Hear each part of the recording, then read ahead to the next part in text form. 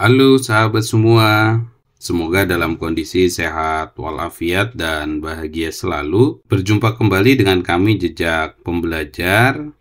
Di video kali ini kita akan membahas terkait dengan fitur dan pembaruan pada aplikasi Dapodik versi 2026. Saat ini Kementerian Pendidikan Dasar dan Menengah itu merilis aplikasi versi yang terbaru, yaitu versi 2026 untuk pendataan di tahun ajaran 2025-2026 semester gasal. Informasinya, sahabat semua bisa cek di laman dapo.kemendikdasmen.go.id. Di sana ada informasi rilis aplikasi Dapodik versi terbaru. Apa saja perubahannya? Nah, ini akan kita bahas. Nah, fitur-fitur apa atau pembaruan apa yang terjadi pada aplikasi Dapodik versi terbaru? Sahabat semua, pembaruan aplikasi Dapodik, jadi di Dapodik ini ada dua. Ada pembaruan aplikasi, ada perbaikan. Nah, pembaruannya itu ada 17 item yang dilakukan pembaruan pada aplikasi Dapodik versi terbaru. Ini cukup banyak sekali nih, sahabat semua. Jadi, secara tidak langsung aplikasi Dapodik ini banyak perubahannya di versi 2026. Sudah kita kelompokkan nih, sahabat semua. Ya, jadi dari 21 item fitur yang mengalami perbaikan atau pembaruan, ini kita sudah kelompokkan. Mana yang masuk ke beranda, mana yang masuk ke menu sekolah, ke menu sarpras, ke menu GTK, menu peserta didik, menu rombel, menu nilai, dan menu jadwal. Ini sudah kita kelompokkan. Oke, mau tahu apa saja? Maka simak videonya sampai akhir. Yang pertama adalah menu beranda. Nah, di menu beranda itu ada apa saja yang diperbaiki? Ya, ada apa saja yang ditambah? Yang pertama adalah penambahan informasi daya tampung di menu beranda. Yang kedua, itu adalah penyesuaian pengisian iuran sekolah bagi sekolah swasta. Dan yang ketiga, penambahan informasi indikator PAUD HI untuk sekolah PAUD. Ya, jadi kalau di SMP yang nggak ada, di SD yang nggak ada. Dan iuran itu adanya di sekolah swasta, negeri yang nggak akan ada. Informasi daya tampung itu juga sama. Ya, kalau informasinya mungkin nanti yang negeri itu diinformasikan dari tahun kemarin dengan tahun ini. Oke, kita bahas di aplikasi Dapodiknya nih, di menu beranda di mana sih gitu ya. Oke, kita akan buka aplikasi Dapodiknya. Nah, ini tampilan aplikasi Dapodiknya. Jadi, menu yang pertama yang baru adalah informasi daya tampung. Maka, kita klik di mana daya tampung, kita nanti ke menu beranda. Di menu beranda ada di sini di bawah logo, di bawah gambar icon Dapodiknya ada informasi daya tampung. Maka kita bisa klik di sini.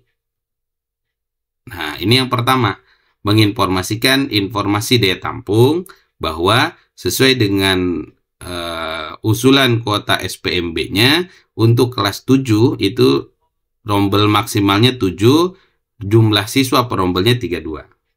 Kelas 8 jumlah rombelnya 7, jumlah maksimal rombelnya, jumlah siswanya per rombel itu 32. Nah, untuk kelas 9 ini ada informasi terkait dengan jumlah siswa maksimal per rombelnya yaitu 45. Ini mengikuti regulasi yang sudah dikeluarkan oleh peraturan keputusan Kepala BSKP di tahun 2024 tentang tata cara pembentukan rombel. Jadi sudah ada batasan-batasan jumlah maksimal siswa per rombelnya, sehingga itu yang diimplementasikan pada aplikasi Dapodik versi terbaru.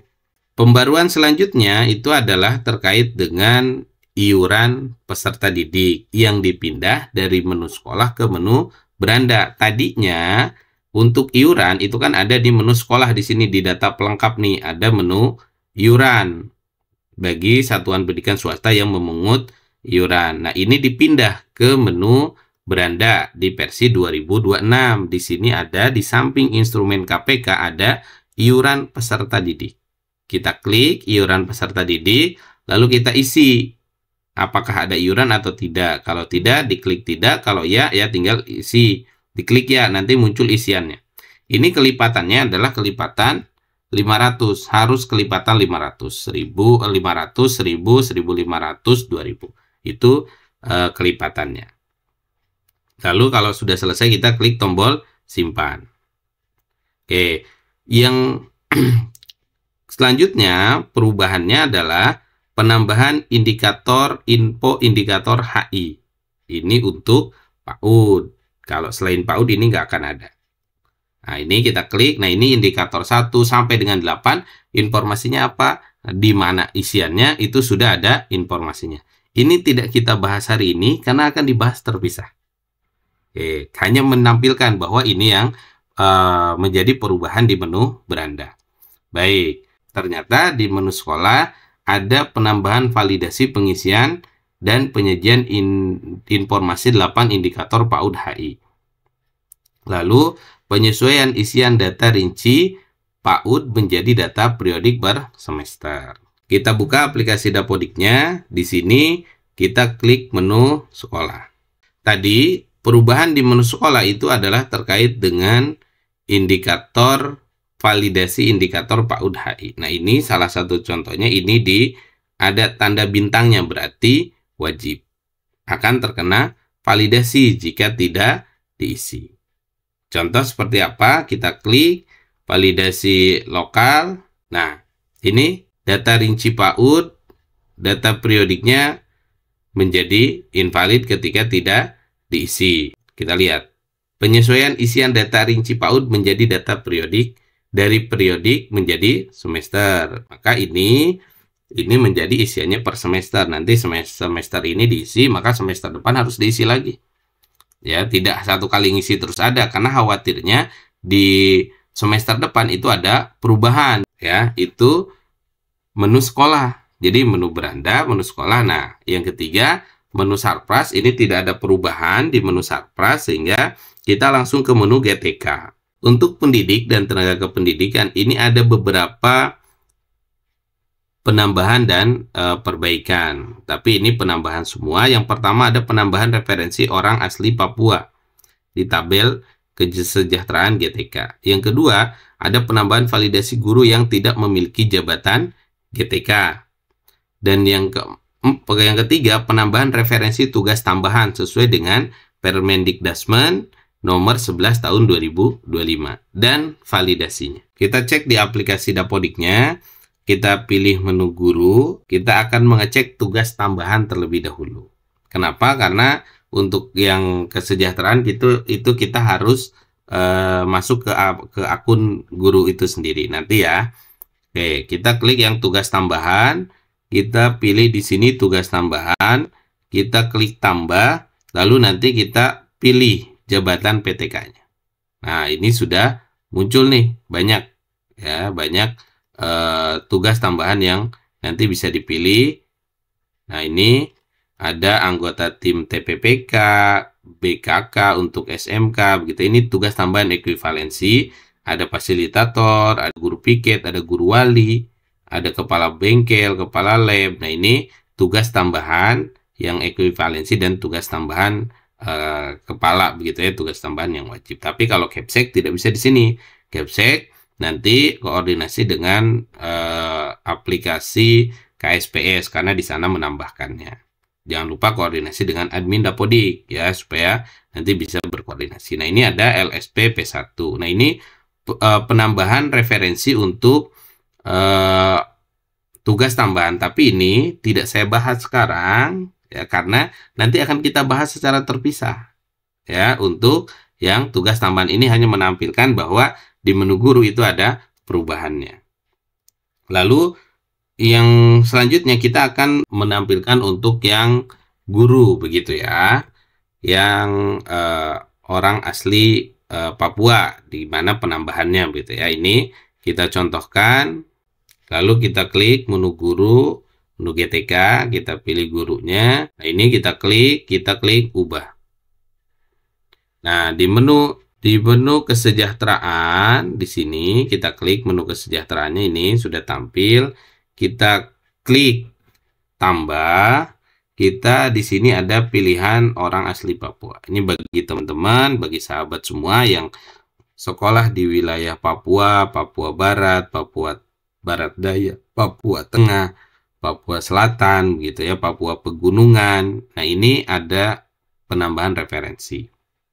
Yang biasanya di menu peserta didik, ini ada referensi di menu guru dan tenaga kependidikan.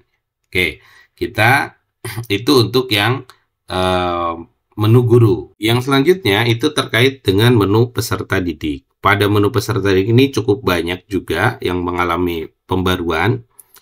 Pertama adalah terkait dengan kelulusan tingkat akhir. Ini didasarkan pada aplikasi e-ijazah. Jadi tidak ada lagi kelulusan bersama, oh tingkat akhir nih, tingkat 9 semua lulus, tidak. Tapi ini berdasarkan dari, atau tingkat 6 semua lulus, tidak. Ini berdasarkan daripada pengisian di aplikasi e-ijazah. Jika di aplikasi e-ijazahnya lulus, ya, maka di aplikasi Dapodik itu lulus. Yang kedua, penambahan validasi batasan usia bagi siswa SMP, SMA. Tentu hal ini berdasarkan daripada Permendikbud nomor 3 tahun 2025 tentang SPMB. Di dalam regulasi tersebut disampaikan bahwa di pasal 12 usia calon peserta didik atau calon murid pada kelas 7 SMP, pada kelas 10 SMA atau SMK ini diatur. Untuk peserta didik SMP, usianya berusia paling tinggi 15 tahun pada 1 Juli tahun ajaran tahun berjalan. Kalau SMA berusia paling tinggi itu 21 tahun pada 1 Juli. Ya, ini batasan usianya untuk SMA dan SMK. SMP 15 paling tinggi 15 tahun, ya. Kalau SMA, SMK paling tinggi 21 tahun, ya. Nah, untuk pasal selanjutnya yaitu pasal terkait dengan ini. Pasal 15-nya bahwa usia itu dikecualikan bagi calon murid yang menyandang disabilitas atau satuan pendidikan yang menyelenggarakan pendidikan khusus, satuan pendidikan yang menyelenggarakan pendidikan layanan khusus, dan pada satuan pendidikan yang berada di daerah tertinggal, terdepan, dan terluar. Jadi usianya ya untuk yang ada di pasal 11, di pasal 12 dan pasal 13 ini dikecualikan. Nah, ini terkait dengan pembaruan pada usia maksimal peserta didik yang ada di aplikasi Dapodik versi 2026. Jadi sahabat semua, usia siswa ini divalidasi. Yang selanjutnya ada terkait dengan penonaktifan tombol hapus pada tabel peserta didik. Peserta didik saat ini itu sudah tidak bisa dihapus. Ini proses hapusnya itu bukan lagi dari tombol sini. Ini sudah dinonaktifkan. Jadi tidak bisa menghapus peserta didik. Kalau mau menghapus mengeluarkan peserta didik ada di menu registrasi. Nanti dipilih keluar karena apa. Yang selanjutnya itu terkait dengan penonaktifan menu nomor administrasi peserta didik. Kita cek di aplikasi Dapodiknya. Dulu di versi yang sebelumnya, versi 2025, kita klik peserta didik, kita pilih peserta didiknya, kita klik registrasi, itu muncul pendaftaran nomor ujian nasional. Registrasi itu sudah tidak ada isian ijazahnya. Administrasinya sudah tidak ada. Yang selanjutnya, kita yang bawah dulu, di validasinya nomor NIK ayah. Ya, ini divalidasi sebagai warning. Aplikasi Dapodiknya, kita pilih siswanya, kita klik ubah. Nah, di sini ada orang tua, data ayah kandung, data ayah kandung ini menjadi warning. Jadi ketika mungkin tidak ada NIK-nya itu tidak invalid, tapi menjadi warning. Yang terakhir di menu peserta didik adalah penonaktifan isian tracer study di jenjang SMK. Yang tadinya ada di aplikasi Dapodik sekarang dihilangkan. Di aplikasi Dapodiknya di mana? Ada di PD keluar. Itu di PD keluar itu ada jejak lulusan. Nah, menu jejak lulusan ini sudah tidak ada di aplikasi Dapodik. Pindah ke mana? Pindah ke aplikasi tracer study miliknya di SMK. Ini kalau kita dulu masih diklik, klik. Nah, ini jejak kelulusannya kaitannya dengan apabila kerja, nama perusahaannya apa, bila ke perguruan tinggi, nama perguruan tingginya apa gitu ya. Nah, ini terkait dengan jejak kelulusan atau tracer study. Nah, di versi 2026 ini sudah dihilangkan, dihapus gitu ya. Oke, itu terkait dengan peserta didik. Yang selanjutnya kita punya rombongan belajar. Nah, rombongan belajar ini ada beberapa pembaruan. Yang pertama terkait dengan penambahan validasi kurikulum di jenjang SMK. Ini nanti kita bahas yang SMK. Lalu penguncian rombel. Jumlah rombel dan anggota rombel untuk tingkat 8 dan 11 berdasarkan informasi daya tampung di tahun ajaran sebelumnya. Yang selanjutnya penyesuaian referensi mata pelajaran berdasarkan Permendikdasmen nomor 13 tahun 2025. Lalu ada penutupan rombongan belajar daring di jenjang kesetaraan dan ada penambahan rombongan wali untuk guru wali sesuai dengan Permendikdasmen nomor 11 tahun 2025. Ini berlaku untuk guru mata pelajaran. Jadi di SMP, SMA, SMK. Lalu penambahan rombel matpel pilihan karena menyesuaikan dengan Permendikdasmen nomor 13 tahun 2025. Oke, kita bahas di aplikasi Dapodiknya. Yang pertama, kita akan membahas terkait dengan menu rombongan belajar. Nah, di sini ada penambahan rombongan belajar, yaitu rombongan belajar mata pelajaran pilihan dan rombongan belajar wali. Ini yang baru di versi 2026. Tentu ini bukan baru untuk SMA dan SMK.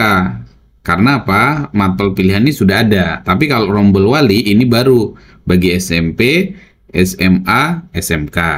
Karena menyesuaikan dengan Permendikdasmen nomor 11 tahun 2025. Tapi rombel wali ini tidak ada di SD karena hanya berlaku bagi guru mata pelajaran. Baik.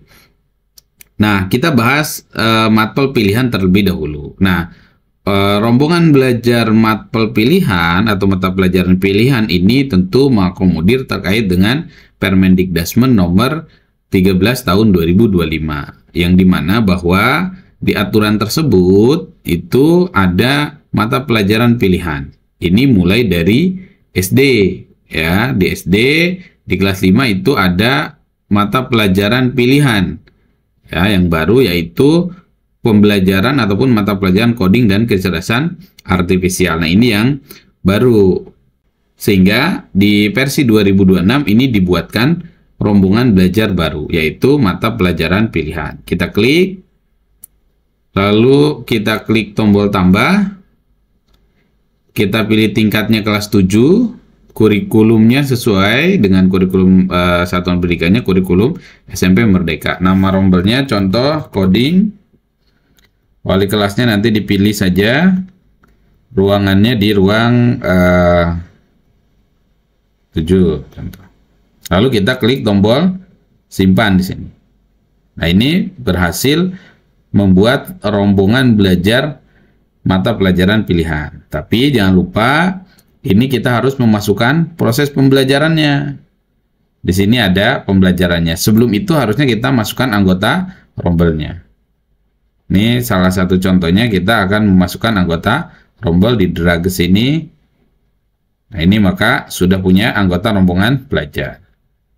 Oke, kita tutup. Setelah anggota rombelnya, maka selanjutnya adalah pembelajaran. Kita klik pembelajarannya, kita klik tombol tambah, kita klik alokasi jamnya, kita klik simpan dan lanjutkan. Nah, ini pilih mata pelajaran coding dan kecerdasan artifisial. Ini sudah ada. Nama matpelnya otomatis, nggak usah diedit. SK-nya sesuaikan ya dengan SK di satuan pendidikan. Gurunya yang mengajar sesuaikan. Tanggal SK-nya itu sama, sesuaikan dengan SK pembelajarannya. Jumlah jam mengajar per minggunya berapa? 2. Bisa 3, ini tidak bisa karena akan terkena validasi. karena maksimal 2 jam. 2, kita klik simpan dan tutup. Nah, ini sudah berhasil membuat rombongan belajar untuk mata pelajaran pilihan. Itu untuk rombongan belajar mata pelajaran pilihan. Nah, yang kedua, di sini ada rombongan belajar wali yang baru nih. Nah, rombongan belajar wali ini tentu berkaitan dengan Permendikdasmen nomor 11 tahun 2025 tentang pemenuhan beban mengajar guru di satuan pendidikan atau di sekolah. Caranya bagaimana? Kita klik tombol tambah. Sebelum ke sana, rombongan belajar wali ini sesuai dengan regulasinya itu adalah rasio dari jumlah murid dibagi dengan jumlah guru. Kalau ada muridnya 50, gurunya ada 5, berarti 50 dibagi 5. Masing-masing guru itu bisa mengampu 10 orang murid. Itu ilustrasinya. Sesuai dengan regulasi di Permendikdasmen. Oke, kita klik tambah. Nama rombelnya sesuai kan ya.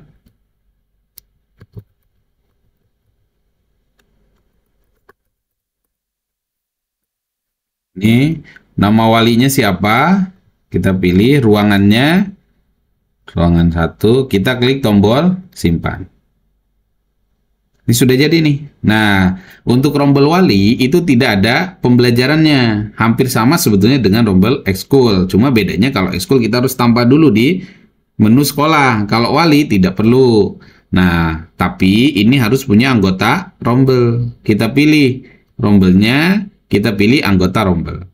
Nanti kita pindahkan. Contoh, ini contoh, kita pindahkan ke sini. Bisa di blok, langsung di drag ya. Nah, ini contoh untuk anggota rombel wali 1 gitu ya. Ya, ini cara menambahkan anggota rombelnya sehingga nanti anggota rombel wali 1 itu sudah ada anggota rombelnya. Nah, ini sebagai pengakuan nanti untuk tugas tambahannya. Perubahan selanjutnya pada rombongan belajar itu adalah penyesuaian mata pelajaran sesuai dengan Permendikdasmen nomor 13 tahun 2025. Yaitu salah satu contohnya adalah di pembelajaran terkait dengan mata pelajaran Proyek Profil Pancasila atau P5 pada kurikulum Merdeka di versi 2025. Itu namanya P5. Nah, kalau di versi 2026 itu kita sudah sesuaikan dengan mata pelajaran pembelajaran berbasis proyek. Nah, ini perubahan nama mata pelajaran atau referensi nama mata pelajaran salah satunya. Lalu yang selanjutnya, perubahan yang selanjutnya adalah terkait dengan validasi anggota rombongan belajar dan rombelnya sesuai dengan kuota SPMB di tahun 2024-2025. Ini bisa kita lihat di mana? Ini tentu bisa kita lihat di menu beranda di informasi daya tampung. Sehingga nanti satuan pendidikan atau sekolah itu akan dibatasi kelas 8 dan kelas 11. Kelas 8 kita bisa lihat di sini, oh tahun kemarin itu 7 rombel. Anggota rombelnya 32. Nah, ini berlaku untuk tahun ajaran 2025-2026. Jadi, perlu Bapak dan Ibu atau sahabat semua dipastikan ini sesuai ya untuk kelas 8 dan kelas 11. Penyesuaian selanjutnya yaitu adalah penonaktifan rombongan belajar daring. Nah, ini tentu hanya ada di PKBM atau SKB. Nah, menu rombongan belajar daring ini di versi 2025 ini ada gitu ya. Nah, akan tetapi di versi 2026 rombongan belajar daring itu sudah dihilangkan. Nah, ini kita cek di versi 2026 rombongan belajar daringnya sudah tidak ada. Yang ada hanya rombongan belajar reguler, ekskul, kursus, dan matpel pilihan. Jadi ini di versi 2026 untuk rombongan belajar daring itu sudah dinonaktifkan atau dihapus pada jenjang PKBM atau SKB. Pembaruan yang selanjutnya yaitu adalah pada menu nilai. Menu nilai saat ini ditambahkan validasi berupa warning jika tidak diisi, tapi bukan invalid. Kalau invalid kan warnanya merah, terus nanti akan mencegah untuk sinkron. Nah, kalau warning itu warnanya kuning, tapi tidak mencegah untuk sinkron. Jadi sekolah masih bisa sinkron. Lalu yang kedua, perbaikan fitur pengisian nilai bagi siswa yang mutasi. Jadi kalau ada siswa pindahan, murid pindahan, ya berarti diperbaiki di sekolah barunya untuk nilainya. Nah, untuk menu nilai sendiri pada aplikasi Dapodik, jadi pada aplikasi Dapodiknya untuk menu nilai ada di sini, tapi sebelum mengisikan menu nilai di sini, sahabat semua perlu mengunduh prefil rapor ya, yang ada di pengaturan. Nanti di sini ada prefil rapornya nih. Jadi gunakan tombol di bawah ini untuk memasukkan data prefil rapor dari semester terdahulu. Jadi kita mengunduh nilai rapornya di mana? Nah, nanti masuk ke sini. Di sini ada menu unduhan. Di menu unduhan nanti ada di sini ada data prefil, di bawah ada prefil rapor di sini. Contoh, kita klik prefil rapornya, isikan username, password, dan kode registrasinya. Tapi ini tentu akan kita bahas terpisah ya, karena nanti akan lama langkahnya. Jadi bahasnya nanti di video terpisah. Oke, kita kembali ke aplikasi Dapodiknya, maka nanti itu akan menjadi validasi lokal di sini. Jika memang tidak diisi, nanti akan muncul di sini, maka menu nilainya itu harus diisi. Kalau ini kan belum ada karena memang tadi kita belum proses untuk prefil nilainya. Perubahan yang selanjutnya itu adalah perubahan terkait menu jadwal. Jadi di versi 2025 itu kan ada menu jadwal. Nah, di versi 2026 menu jadwalnya dihilangkan. Jadi di aplikasi Dapodiknya seperti apa? Di versi yang 2025 setelah menu nilai itu ada menu jadwal. Nah, di sini ada menu jadwal ya. Ini di versi 2025. Maka menu jadwal di versi 2025 itu dihilangkan di 2026 beserta isiannya. Kita cek di aplikasi yang versi 2026, setelah menu nilai itu tidak ada menu jadwalnya, tapi langsung ke menu validasi. Nah, ini di tampilan pada aplikasi Dapodiknya. Sahabat semua, sekian video dari kami. Mudah-mudahan informasi, fitur, dan pembaruan aplikasi Dapodik yang sudah kami sampaikan itu bisa menambah informasi dan wawasan bagi sahabat semua.